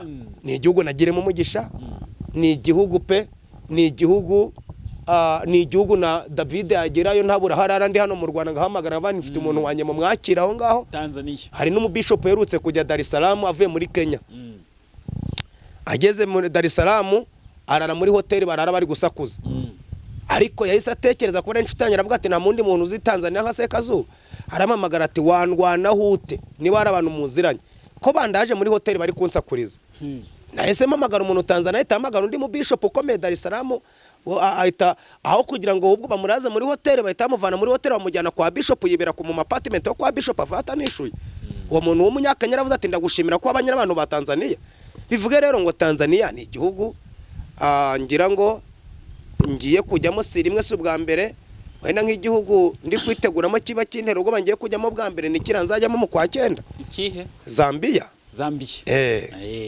rero urumva ariko mu Tanzania ni iwanjye ngira ngo arabonye abatanzania baza mu Rwanda si rimwe se kabiri ni kenshi baje ndibuka kera abatanzania bigeze kuza mu Rwanda baza gushima Imana haza minibisi yuzuye abona senge diabetes zarakiza amakanseri Imana arabakijije abuzima bwahindutse baraza gushima Imana ngisengera ara muri kumaya baraza urusengero ruruzura urumva Tanzania nyifitemo amateka. Hanyuma rero ku bantu bari muri Tanzania turababwiye ati mu kwa 8 pastor zabara aho ngaho mwe mwitegura rwose amatariki tuzayababwira yego amatariki tuzagenda tuyabamenyesha igihe azazira ariko mu byo mupanga mwiteguye ko mu kwa 8 pastor zabara aho ngaho Tanzania nimwe mutahiwe nimwe Imana igiye kuza gusura mu kwa 8 yego hanyuma rero reka tujye kuri byinshi byagiye bitambuka uri hanze tumaze kuganira ku rugendo ariko baho ndayikunda yo naza kubivugaho nyuma tusoje yego kuko uziko nkunda baho pe yego tuvuge na bya biterane byabaho bari no muri koretizasiyo dukomeje gukoteza misanzu yo kugira ngo tubone uko dukora igiterane ndagira ngo tuze kubivugaho nyuma yego tuze kubivugaho nyuma tubivugeho neza yego hari byinshi byagiye biba bushize twagiye tumaze kuvuga kuri Pastor Mutesi yatandukanye n'umugabo nguwo niyo makuru hari ariko siwe tugiye kugaruka ibyo gutandukana n'umugabo nabibonye ndi Mozambique bya Mutesi nabibonye nabwose nabibona nari ndi muri salo Mozambique ndi kwiyogoshesha kubera kuri umugabo Mutesi yabaga muri Mozambique sinzi n'izina bamwita afite n'izina yitwa Mozambique noneho nibo ndikogoshwa numva abantu bari kuvuga ngo ni bari Gahanga ni bari Ruhara ni bari inde bavuga mugabo Mutesi nguzi ko yatandukanye na wa mupasiteri ariko na mupasiteri ngo nawe yari yigereranyije Pastor Mutesi nguzi abagore yataye hano Mozambique uriya mugabo numva abantu ba Mozambique niko bari kubivuga ndikanga ngo yataye barunaka bahita bavuga n'abagabo yagendanaga no mu kigare nabo ngo bamwe ngo cokora ngo umwe yarahindutse ngo yazanye umugore w'umunyagihugu umwe wo Mozambique ariko ngo uriya mugabo ngo ntiyarashobotse muri Mozambique niko bavugaga hano ndi kogosha bavugaga ni kumva barazivuga we baramuvuga cyane ariko ngura mugore nawe ngo nubwo bavanga ngo ntashoboka ariko nawe yari yirahureho iki hamakara nguriya ngo ntiye ntashoboka ariko pastor sinzi ntago nategwa ko kintu nzo kukivuga Pastor Mutesi ni inshuti yawe ni umuntu muganira kenshi mugirana inama mukaganira ku kiri kugenda neza n'ikiri kugenda nabi ntago bino bintu biremezwa neza ko yatandukanye n'umugabo we kuko ntago bo ubwabo bari babyemerera ngo babyemeze yumvise nk'inshuti yawe nka Pastor Mutesi amagambo agenda muvugwaho none amprise pasteur kuzina pasteur birababaje sinzi ukuntu ubyakira wowe n'inshuti yawe birababaje bimbabaje cyane buriya nk'izina Mutesi yaranditse yego buriya akantu navuze Imana niyo yishakira ariko kuba atandukanye n'abagabo bangana nkuriye Mutesi kuba atandukanye n'abagabo bangana nkuriye Mutesi yuko twebwe abapasiteri tutimenya Mutesi yarakwiriye kuba akamera nka cagisiga bita ikizu kimara imyaka kiri kugira ngo kimere amababa kuko buri igisiga cy'ikizu umuntu nkibabwira iyo cumvishe capfutse amababa kikumva nta mbaraga gifite ntikemera kuguruka ntago gihata kiragenda kikamara mu cyari kikagira indi myaka kimara mu cyari kiri kumera amababa ya mababa yamara kumera kikongera kikagaruka buriya Mutesi hari abashumba twe twumva twarabaye abapasiteri twabaye n'abasitari twumva tutakorerwa deliverance buriya Mutesi urebye umwuka umuriho ejo bundi ko nabonye ajya gusemba bazi kuyoboka Imana yari yemerewe guca bugufi akemera agasengerwa kuko afite umwuka nawe atazi hari nawe adakeka, kandi uriya mwuka iyo ufite haba n'igihe ukwereka ko uri mukuri kandi utari mukuri. Kabiri, niba ari byo simbikeka ko batandukanyije nabyumviye muri Mozambique, ikintu yarakoze nabwo yarasa nk'uwihuse. Ubonye uburyo yaramaze iminsi abuzemo uriya mugabo bamuvuzeho, ntabwo yarakwemereye kwataka. Kabiri, hari igihe n'igihe ugasenyera ukavuga ati ndemera nshaka undi muntu wenda ufite ubuhamya butandukanye n'ubwanjye. None bakuvuzeho kuba usenya, utoraguye n'undi nawe utavugwaho neza, urumva ni umwaka wongeye kuza mu wundi mwaka. Ni ukuvuga ngo ni amakara wongeye mu yandi makara. Oya, tuvuge ni umwaka, amakara tuyitone umwaka wongeye kuja. Uyu mwaka wongeye kugera undi mwaka uba munini. Ariko iyo umugisha wigiye ku mwaka, ugerageza ko wamugisha warwanya wa mwaka ugatsindwa. Buriya niyo ashaka undi mupasiteri cyangwa akareba n'undi muntu wenda akavuga ati uyu muntu ugiye kumusengera yanyemera atanyemera, ufite imbuto nziza muri sosiyete, wenda ngewe ngaragaje ko ibihe byambereye bibi, ariko wa mugabo akaza asa nk'ufite nawe imbuto nziza, byari biragaragara ko bigize. Ariko baravuze ati n'ubundi ni wa wundi usanze uwundi, niba uwo muntu adafite amateka meza nawe udafite amateka meza, nimuhura rero birongera besirika ubwo mugira amateka mabarenza mwari mugize mute mwari mufite. Urumva ngewe mu buzima bwanjye sinjya nishimira ibyago by'abantu, sinjya nishimira ko n'abantu babaho nabi, ariko hari n'igihe natwe tuba mu bintu bikamenyerwa bakagira ngo abantu bagahita banavuga ko natwe tubigiramo uruhare. Si uko ntagira ibibazo, si uko ntabigira kabiri, ariko gatatu. Iyo bibaye amahirwe ya mbere yaraje nga ya kabiri araza, iyo bibaye gatatu wasanga nanjye mbifitemo uruhare. Kuba twubatse izi ngo uko tudahura n'ibibazo, ariko dutekereza amateka twagize hambere, tuba twemere dushinyirize dupfiriyo, kuko nitubikora barabango n'ubundi na kera niko yaragize ate ameze. Si uko izi ngo zose zubatse zitagira utubazo. Nkunda kubwira abantu ngo nta muhanga ushobora ishuri ry'urugo, ntajye nuzakwemeza ngo ngewe ngo urugo rwanjye ni paradizo, ngo nge ndi umuhanga. Nta muhanga w'urugo, ahora yiga. Urugo ni ishuri, kwihangana. Hari ibihekane bigufasha kugira ngo ube mwiri shuri ry'urugo. Igihekane cya mbere ni ukwihangana. Udafite kwihangana ingo zose zasenyuka. N'aba tubona bakomeye, n'aba tubona bigisha amategeko yo kubana, ndetse n'aba basezeranya mu mategeko, nabo ingo zabo zifite ibibazo, usanga zifite utuntu tw'utubazo. Rero igo ni ishuri ritagira umuhanga waryo, ahubwo kumenya ibihekane byo kugira ngo ube mw'iryo shuri, ukomeze rwubakwe. Kwihangana, icyo ni igihekane cya mbere. Mbabarira, icya kabiri gusenga. Urumva ntiwakwihangana udafite gusenga, ariko kwihangana, kuko n'abadasenga bagomba kwiga kwihangana. Impamvu navuze kwihangana, na bamwe badasenga barasabwa kugira gute kwihangana. N'abana bawe wabyaye udafite kwihangana ntimwabana. Rero bivuye ngo mutese ikintu niba kibaye bwa mbere bashobora kugifata nk'impanuka, nk'ibyago by'undi. Ikintu kikaba kabiri, abantu bashobora kuvuga ati n'ubundi wagiye ari bya byago byamukurikiranye. Gatatu, kane, gatanu.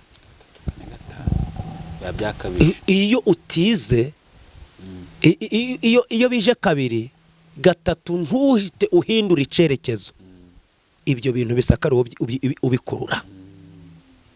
Situmwifuriza bibi, ariko nawe natekereza iki kimutera, natekereza avuga ati nagize intege nkeya. Nese nitufite abantu bagiye babura abagabo nabo bagishinyirije bagitegereje, kandi bakabibamo neza, bafite umubiri muzima ukora nk'uwa Mutesi, batari bimara. Kuko ubundi impamvu bavanga imara ntibizajya mu ijuru, ntabwo bihangana n'umubiri. Burya niyo mpamvu bango nta kimara kizaraga ubwami bw'ijuru. None se ijuru rirakorerwa, ijuru riraharanirwa. Uyu mubiri yo duhangana no tuba turwanira ijuru. Rero bivuye ngo aho bigeze biriya sinzi sinzi reka tunabive bya Mutesi tumuveho. reka tumuveho ariko kusimane mugere mu murenge dukomeze tumusengere gusa Imana mugere mu murengere kandi yongere mu bombe yongere mugire Mutesi wa kera wo wazaga akabwira abantu amagambo Mutesi ari amagambo yakundaga kuvuga ngo iyo ugiye kwisobanura mu kigeragezo ngo birangira wisobanyije wisobanyije ahubwo nanjye nasanze ngo we yarisobanyije cyane yageze nyuma sinzi Imana ije imushoboza twe turo dusengera abantu bose ngo babeho neza yego hanyuma reka tunyarutse profete iyo tuvuze profete abantu bahita babyumva neza umuhanuzi w'Imana kuburi pastor nabyo ni byiza kurushaho byose ni ibintu byubakana ariko nanone uri umuntu nkuko abantu benshi bagiye bagukunda kuri umuntu uvugisha ukuri kandi ngo niyo unavuga burya nk'abantu bakubona mukuri pe iki kintu nakivuze bajya bananyandikira bakambwira ati David ati buriya uri kumwe na pastor iyo ari kuvuga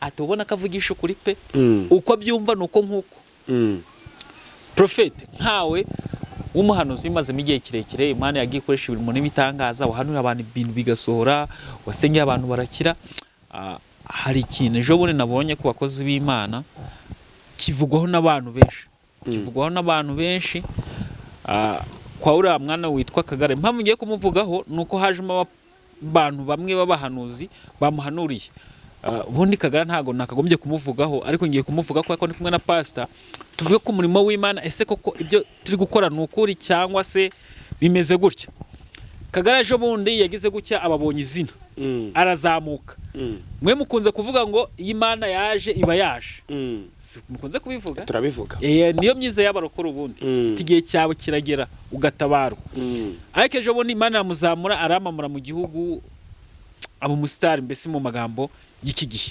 ariko haza umuhanuzi witwa Bosco kuri Yesu arakiza arahanura ati urupfu sinzi ne warabikurikiranye ibyo bintu pastor ntago nakurikiranye ubwo buhanuzi ariko narabyumvishe ko hari abahanuye urupfu kuri Kagarara n'ubundi Kagarara azapfa igihe kizagera ariko twari igihe tunabifata murangaje tukibuka ko hari abantu wenda bagiye bahitinga bamara guhitinga bagahita bapfa noneho iya myumvire yacu nayo ikagaruka ikavuga ati kubera ko nawe azamutse nkuriya nawe yashobora kuba agiye gupfa urabona Kagarara bari kumugereranya na Dorimbogo yego bose bakuvuga ati ni bari kuzamuka kimwe yego bakahita babihera ko bakavuga ati Dorimbogo yarapfuye yazamutse gutya ni Dorimbogo ni Dorimbogo hariho Nagogo ngo barazamutse bigenda gutya ariko ngo ubuzima bwabo bwarangiye bapfuye ngo bango nakagara ngo nawe araza gupfa n'ubuhanuzi bwo guhanura Kagarara nkaho nk'umuntu ufite experience mu bintu by'ubuhanuzi ikigeretse uri pastor ubujya kuba pastor wari nabyige n'Imana yabigusigiye amavuta biba bintu kubifata gute ngewe ndabivuga mu isi y'umwuka kandi mbivuge no muri analyse cyangwa mu busesenguzi igare rya Gogo si igare rya Kagarara yego igare rya Dorimbogo si igare rya Kagarara yego kuko buri wese yateguwe n'ukuntu azapfa rero kumva ngo niba Dorimbogo yapfuye Dorimbogo Imana muteguriye irembo azanyura mu cyangwa ukazagenda n'uburyo azapfamo na Kagarara kiremwa akivuka Imana ateguye uko azapfa nge rero sindahita mbishumangira kubera ko Kagarara Imana mutunzi toroshe ndabyita gutunga itoroshe kuko Imana gutunzi itoroshe nta muntu warizimya yego Imana yakijura umuri kuri wewe nta muntu waruzimya rero sindahita ngo kuva Imana yatunze urumuri kuri Kagarara agahindurirwa amateka atari yiteze ndetse n'ay'abantu batari biteze kuri Kagarara ntago mpita ndabihuza ko ari irembo ry'urupfu kuko hari abahabwa imigisha nka ziriya bakabaho bakanazirya bakabaho kandi bakanarama kuki batumva ko imigisha Kagarara ahawe atayirya ndetse ikagira n'abandi umumaro kuko Kagarara niba yahawe imodoka saza yigendamo wenyine nta nubwo ashoboye gutwara hari ufite perimero wabuze akazi ugiye kuzajya atwara nde Kagarara kubw'umugisha wa Kagarara kabiri kuba Kagarara Imana ifunguye imiryango ntabwo turabijyanisha n'abandi bagiye babona imigisha bagapfa birashobora kuba ariko Imana ari yabigennye simvuze ko Kagarara atazapfa ariko sineta nashingira kubwo buhanuzi mu bite nemeza ko ngo mvuge ngo kuva yabonye biriya agiye gupfa dufite benshi bagiye bazamuka bakagira bate bakabaho n'ubaka bakirya ku migisha. Wamubonye ukuntu minisitiri yamwakiriye, minisitiri wacu niba ari wa siporo niba urubyiruko ukuntu yamwakiriye. Rero ibi bintu sinahita mbikusinya ngo ahita apfa kandi agifite byinshi sosiyete nyarwanda. Sinanakanya n'uwo muhanuzi ariko nge sinabihuza no kubabona ngo dore imbogo yarapfuye ngo abonye ibingo nibi ngo wowe ubukoreye muri analyse yawe, ubukore mu byahise. Tubwire niba Imana yagutumye ko kagiye gupfa, ariko tubwira ngo kubera ko runaka byabayeho na runaka David ufite uko Imana yakuremye, ufite igihe uzapfira, ufite igihe nzapfira, kandi ufite n'urugendo rwanjye kuri iyi si. Ndaguha urugero, ubushumba niwe wa mbere wasomye ko ntuza bakwandikiye banyandikiye mesaje ngo nta kwezi ndamara. Oya wimika ubushumba rimo neka ngubwese twasoko nuzazimize wimika ubushumba ufite imodoka yanditse ngo nta buzima ritahindo. Yego ibikoze impanuka. Yego ivaho iya kabiri kora impanuka kandi navuga ati uyu ngore kada uyu nguye yarapfuye bamutambyemo ibitambo nuko nkuko hari n'uwambaye ukwezi. Iyo comment warayisomye, hari n'uwagwaye ukwezi avuga ati nta kwezi uramara. Icyo gihe twakoze nabigiranye n'ibya Theogene bakabigiranye n'iby'abantu bagiye bazimangatana gutyo ngo kuva ngo wimitswe ngo nguruyanga arapfuye ngo wavuye hariya ngo nta kwezi. Sibye no kukubeshya nanjye nagize ubwo navuga ati sa pastor narapfuye kwe none uvuye ngo wakoze impanuka ya kabiri navuga ati noneho urabona ababivugaga aribo abaribona bashaka no kubikora kugira kuko amakuru ndafite y'ijuru. Burira modoka ya kabiri yambirunduye amakuru ndayafite si impanuka nagendaga muri 45 nta modoka ari imbere yanjye nta yari iri inyuma. Ibyasunitse imodoka narabyumvise, ariko se urashaka kunyicuta Imana ikintegura. Baravuze ngo nta kwezi ndamara, none se imyaka ishize ari ngahe singita tirijugunye iniri kwijuguna ndi kwibera gasore hubwo niho ndi gukora Imana uziko ndi gusimbuka mu biterane. Rero ndago neta mbishushanya ngo mbite ngendera kuri Yesu arakiza uko yahanuye, hubwo ku bwanjye uyu Kagarara siwe wa mbere ubonye imigisha ngabeho. Yego sinawe ubonye imigisha ngapfe kandi niyo yapfa yabonye ko Imana nta umuntu ubuzima itahindura. Kuko yapfa akiri muri bura buzima bwo gutega ifuko barabanga ubundi abavuka ameze ngo nta buzima bagira, ariko aya masaha niyo yataka kamibare hangurike niyo yata. Ariko natwe tubonye ko nta muntu wese Imana itagira neza, dushingiye uko angana, dushingiye uko ameze, dushingiye ubuzima yavuyemo, dushingiye uko berekanye yategaga ifuko, dushingiye n'ahageze amasaha, dushingiye nuko ari kwakirwa mu nama nk'ire ya minisita bamutangaho urugero, dushingiye ukuntu yagendaga muri private jet indege ye ku giti cye. Urumva dushingiye nuko ameze azataha, ariko nkanjye simbyemeza ko iyi migisha ari yo kumwica. Dufite benshi babona imigisha nk'ira bakabaho, simbyemeza ko Kagarara imigisha yahawe ariyo kumwica ngo mbite mikusanye ngo kubera dore imbogo ngo yapfuye. Ahubwo se umuntu yakwibaza bari kubihanura twizere ko ubuhanuzi bari gutanga aribwo cyangwa hari ikindi kintu bashaka. Ubuhanuzi bari gutanga bwashobora kuba aribwo, ariko bwanashobora no kuba twewe hari ubuhanuzi bw'amarangamutima gutekereza ngo ibi byabaye kuri runaka na runaka uyu kubera ko nabangana nkuriya kugira ngo none nkamenye ko ari wa hano icyo kintu uyu nagende. Ariko Kagarara ntago ari uwo gupfa. Jye namwifuriza gupfa, kandi gupfa zapfa, irembo rye rirahari. Twese tuzapfa regasi nawe gusa. Ariko sindongera kwemeza ngo bishumangire ngo Kagarara ngo kubera kabonye bingagiye gupfa. None se uwabaza uriya muhanuzi wahanuye ngewe ndakamere kuri Bosco turaziranye, atangira kurotora inzozi dufitanye n'ikiganiro ku Isezerano atitira ku Isezerano TV aza avuga atitira adashoboye kuvuga. Uwamuguha ku rugero ariho uyu munsi ni urugero, agenda mu modoka, uyu munsi afite urugo rwiza, uyu munsi ni umuntu ugize ku cyo migisha witamwishe se kucyumva ko Kagara we yagira imigisha agapfa. Njewe ndajya kuri ndahita ngwa link ndajya gushaka ikiganiro mfitanye na Bosco kera mu myaka yashize turi kumwe, uko yarari uko twahurese komeze nawe sikameze. Aratangira akajya asaba Evode kurotora inzozi, atangira ko atari yagira Yesu arakiza atangira kujya atanga inzozi ku kinyamakuru bita Isezerano. Isezerano we isezerano Evode turagusuhuje. Yubahwe isezerano. Isezerano turagusuhuje. Atitira pe none uyu munsi Bosiko suko Imana itamutuma. Ariko tumenye ko umuntu n'Imana imugiriye neza ngo tumenye nibyaye nibyo kuvuga ngo abantu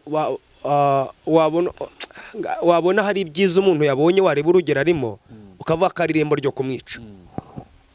Nkigura imodoka bwa mbere hari n'uwese yandika ngo iyo ni isanduku leta igutwara, ariko iriya modoka yanjye yagiye nyimaranye imyaka 3 twarajyanye za bwe nijoro, twarajyanye za Matimba, njyewe nkigura imodoka umuntu ahise ambwira ngo iyo ni isanduku wari warabuze aho uzakura isanduku, uzanye isanduku irakwica. Ibyo waciyemo byose byanze kuguhita ahita byandika abonye ko naguze imodoka. Ewe data aravuze ati mwene dira nawe utunze imodoka, ati iyo ni isanduku. Iriya modoka yakoze impanuka nyimaranye imyaka 3 twagiye mu ngendo urazizi, twagiye hirya no hino, twaraye tugenda nta ntara z'igihugu iriya modoka itagiyemo. Uribuka igihe nkujyana Nyaruguru ntwaye imodoka turi kuguruka tujya Nyaruguru hafi ku Kanyaru tujya kureba wa muntu kambakamba. Rero bishaka kuvuga iki?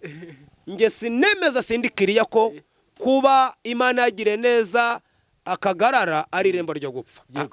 Ntago nzi uko Imana yategura urupfu rw'Akagarara, nanjye sinarwanyije ababihanura, ariko mu buryo bwanjye mu bunararibonye bwanjye sinemeza ko imigisha ari kubona ari yo gupfa ngo nyigeranye n'iya Dorumbogo nyigeranye n'iya Gogo.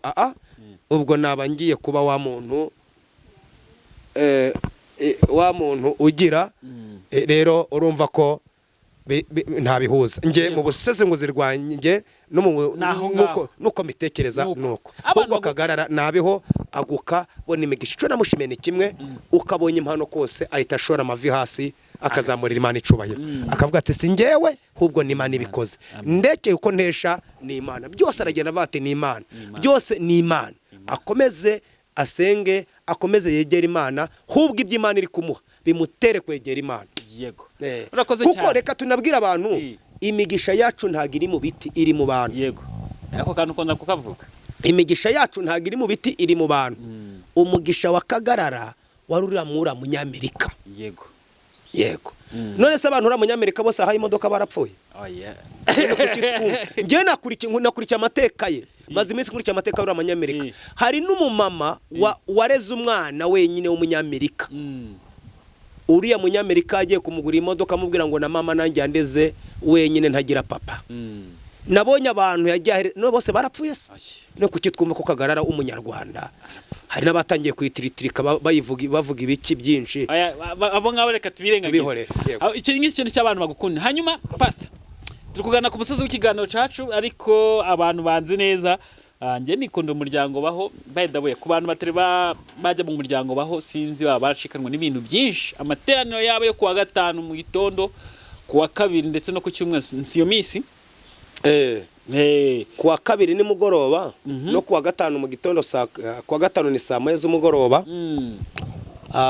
No kuwa gatanu saa 9 za mu gitondo, no ku cyumweru saa 11 za mu gitondo. Yego. Ku muntu utari wajya mu muryango baho we yaba yacikanwa n'ibintu byinshi ahantu akura ijambo ni karibu by'Imana.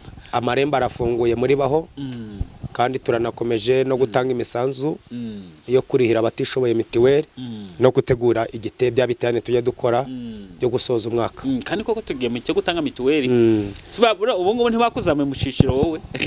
Barakizamuye ariko ndanyurwaho banshize. Ari umuntu wavuze ati nge niba leta igira icyizere kubera iki najya ku Rwanda. Oya ngewe madamu yarambwiye ati badushize mu ciciro. None se naramubwiye ntubunda yo wishuraga hari comfort for iraho wafunguragamo ijuru ryaduhaga yo kwishura n'ubundi Imana iraduha yo kuzishura nta bindi. Ijuru ryangiriye icyizere, leta ningiriye icyizere burana ngiri murangirikani. Hari igihe umushumbanji yavuze ngo uzi ko hari amaturo tugitanga buri kwezi ku gakarita. Aravuga ngo wowe ngo maje kuba umusitari, ngo maje kumenyekana, ngo uje utanga ku gakarita 5. Nabandi kuba pastor abyatuye ubwo abonye ne ko nshinzwe kugenda ndika 5. Niba abandi babandikira 500 akabona kari 5 mujye mubyandika. Kandi ukwezi kwarangiye ntajya muri ibyo 5 banyandikagaho. Mujye mubyandika bitange. Hari na byinshi twakoraga birenze n'ibyo 5. Hanyuma imirimo myiza muri muryango baho irakomeje. ubu gahunda hari no gutanga mituweli sinzi niba ari ikindi gikorwa ufite. Ni mituweli kandi dukomeje gusenga tubwira abantu mu miryango irafunguwe ariko tugize n'irindi hishurirwa ryo kugira dufashe uzi ko dukora byinshi nkabaho minisitiri agiye ikora byinshi baho byinshi ariko twongere tubwire abantu badukurikiye kwa aya mateleviziyo mwaje murebaho minisitiri muze dukora ibi bikorwa. Imbere twajyaga gusura bari abarwayi bo mu bitaro bamwe badashoboye kugira twasuraga bwa bwana buba buri gufunganywe na ba nyina kuri gereza ntiduheruka abantu mwakora imigisha tugasubirayo. Abantu batese imigisha bongere mugira ari gihe twaje ukabona buri gihembwe tugiye kuri gereza dusuye bwa bwana tujanye ibyo birayi barabibatekeye tukajya mu bitaro abantu bahezemo babuze yo kubacyura tukayatanga babagore babye babuze pamba tukazigura bira bintu babantu bagiye hekwe uriya muntu wabuze yo kumucyura ngo yanagumye mu bitabo bakomeza bakamubarira ariko yabuze make none gukomeza bakamubarira akabamenye. Hari abantu twasangagamo bagataba bakahereza Imana icubahiro bakavuga ati mudushimira aba bantu mwagiye he mwagarutse tukongera tugakorera Imana ko imirimo dukora ari izaduherekeza. Mwakoze cyane. Hanyuma muze no mu materaniro ni kuri online reka mbaheze ino nimero ku bantu bifuza kuza mu materaniro y'umuryango baho. Nimero yacu ni iyi ndetse no ku bantu bari buze gukora igikorwa cy'urukundo nabo ni karibu. Nimero mwadushakira ku bantu bashaka gutana amateraniro ni 078 455 031 kagisubiramo 078 455 031 ku bantu bifuza kuza mu materaniro cyane cyane kuri ari nkiyo kuri Zoom ntago wayibona batayiguhaye ntago wayibona batayiguhaye nka hano kuri YouTube ahubwo ni link iyo wamaje kwidusaba turayiguha wanakwemera dufite na group dufite groupe twakereye ku urubuga iyo wamaje kuba umunyamuryango emeye ku umunyamuryango tugushira muri rwa rubuga link tuyikubitaho kayibona ngazaba ukayakurikira aho ngaho kuri urwo rubuga aho kantu ni keza gukira urubuga ni keza cyane numva ngakunze twatanga amatangazo kuko buri wese amenya amatangazo y'igikorwa gikurikiye utabanje gushaka link iri buze kuboneka bahita bayishyiraho ngaho ukahita uyibona. No ku bantu bari buze gukora ibikorwa by'urukundo tukishyura abantu mituweli ni karibu rwose. Hanyuma pasta turasoje rero yego sinzi n'irindi tangazo watanga. Irindi tangazo no gushimira abantu niryo murakoze kunkunda no gukomeza kwandika muri comment munshigikira. Nakunze pasta abantu baragukunda pe no gukomeza kubwira abantu bakomeze badusengera nkuko tubasengera badusengera. Ngiye nakunze umuntu umwe muri Amerika arambwira tuko uko mbyutse ngiye gusenga ndagusengera. Burya nigeze kukubwira akantu ko mama umwe ngo umupasiteri umwe ngo yagiye mwiyerekwa ngabona yambaye akagofero ka zahabu ari mu ijuru ngagiye kubona abona umudiyakoni w'umukristo ngo yambaye zahabu guhera ku birenge kugeza ku mutwe ngabaza marayika ngo kucyuriya yambaye zahabu guhera hasi kugera hejuru ngo marayika aramubwira ngo zirangendo ngo kuno wahitinze umenyekana ngira ugutegura urugendo uyu mudiyakoni wawe aragusengera ngo niyo wagiye ngasigara asengera umuryango wawe kandi koko bitamitekereza kuri tuba dusekora mu biterane byo hanze tuva mu biterane byananiwe utekereza abana bawe n'umugore wawe ukibagirana. Niyo mpamvu nabari abadayimoni twirukana bamwe bashaka guhora mu miryango zacu habigiye wanambutse pe ukaba mu giterane warushe ugera ku gitanda uryama rero dukeneye natwe abaduheka baduhekera imiryango. Ngo Imana ibwira umupasiteri ngo impamvu yambaye amazahabu ari amavuta ubuhagazemo uyu muntu n'ubu gusengera kuri ubona abadayimoni baziwe mu muryango we guhora bakananirwa abasengera umuryango wawe. Rero niba tubasengera bigakunda mu nshingano dufite nyinshi baba dayimoni twirirwa twirukana tukazenguruka ku bantu benshi ariko nawe igihe cyo uvuga ngo Mana dufasha pastori dufata profete Sekazuba rero ariko kunkunda murankunda ndabizi murankunda pe kandi mukomeze kunkunda nabaye igihe ntagira bankunda mu nkunde no muri comment bati pasta turagukunda iyo ngasomye gato nkajya nko muri comment nkavuga ngo pasta ndagukunda kandi burya ndacafite abantu baragukunda pe abantu bankunda baragukunda twabaye tugera muri society abantu twabanyuro bagakinga imiryango bakavuga ati ariko ubuzima bwararuziye tugira abantu badukunda bagana none muri ko wabana nashaka no kuri sa tukabona bashizeho nagatima mwa rero mukomeze mudukunde. Amen. Hanyuma reka mbibutse abantu mudukurikiye mukomeze mukore subscribe kuri Sekazuba From ndetse no kuri Gonake Plus. Ariko nanone twebwe ibiganiro dukora ni ibiganiro wasangiza inshuti yawe, inshuti ukunda, bivuze ngo urabisangiza kino kiganiro ukibona kumva cyagufashije uragisangiza inshuti yawe, kuko nawe nubona iki kiganiro umuntu akigusangiza abana inshuti yawe y'umwihariko. Bino biganiro dukora ni ibiganiro wasangiza inshuti yawe. Hanyuma tugeze ku musozo w'ikiganiro cyacu, ariko nanone murabizi ko nababwiye ati iyo twamubonye tuba tugomba kumukoresha uko dushoboye kose. Nakazi Imana yamuhaye twe nta gihombo twamwishyura, nta nicyo twanabona, ariko Imana nimwihembera izamuha byinshi. Pastor, dusoje ikiganiro n'isengesho zengera abantu bafite ibyifuzo bigiye bitandukanye. Murakoze. Mana data wa twese, byiringiro bizima, amahoro yacu, ubwugamo bwacu, Mana ikomeye, Imana isumba byose, wowe udatsindwa mu ntambara. Tugushimiye ko watuyoboye mu iki kiganiro ukabana n'abari kutuyobora, nanjye umutumirwa. Ngaho nyemerera dusengera abadukurikiye barwaye ngo bahure n'ukuboko kwawe bakire. Sengera abarwayi badukurikiye bari mu mpande zitandukanye, reka bahure n'ukuboko kwawe Mwami. Indwara zose zitandukanye tuzi ko ushoboye kuzikiza, reka urambure ukuboko ku buzima bwabo ubakize. Hari abadukurikiye bafite ibibazo bitandukanye byanze gukemuka, reka nabwo tubasengere Mwami. Reka ubikemure, ukemure ibibazo bibariho, ababuze uburyo bwo kurira mitiweli n'abandi birukanwe mu kazi n'abandi badafite uburyo bwinshi, ibibazo bitandukanye biri ku bantu Mwami Imana. Reka utanga inzira, turabasengeye, reka abone ukuboko kwawe, reka abone ineza yawe, reka abone urukundo rwawe, reka wongere ubagarukeho, reka wongere ubatabare. Abadukurikiye bari hano muri Afrika bari kutwumva neza mu rurimi Mwami, reka abone ukuboko kwawe. Reka dusengere ibihugu tubarizwa mu gihugu cy'u Rwanda Mana, reka ukomeze ukirindisha ineza yawe. Reka data ukomeze dusengera abari kutwumva bari muri Amerika bafite ibibazo byanze gukemuka, reka ubarengere. Badukurikira bari i Buraya bafite ibibazo byanze gukemuka Mwami, reka ubatabare. Abafite ibibazo byanze gukemuka bari Australia, reka ubagire neza. Bari muri Aziya ndabasengeye, babone ukuboko kwawe Mwami, babone ineza yawe, babone ubutabazi bwawe. Turabasengeye data, amahoro yawe akomeza abe kuri bo, abari mu migabane itandukanye, abari mu ntuza mu migabane itandukanye,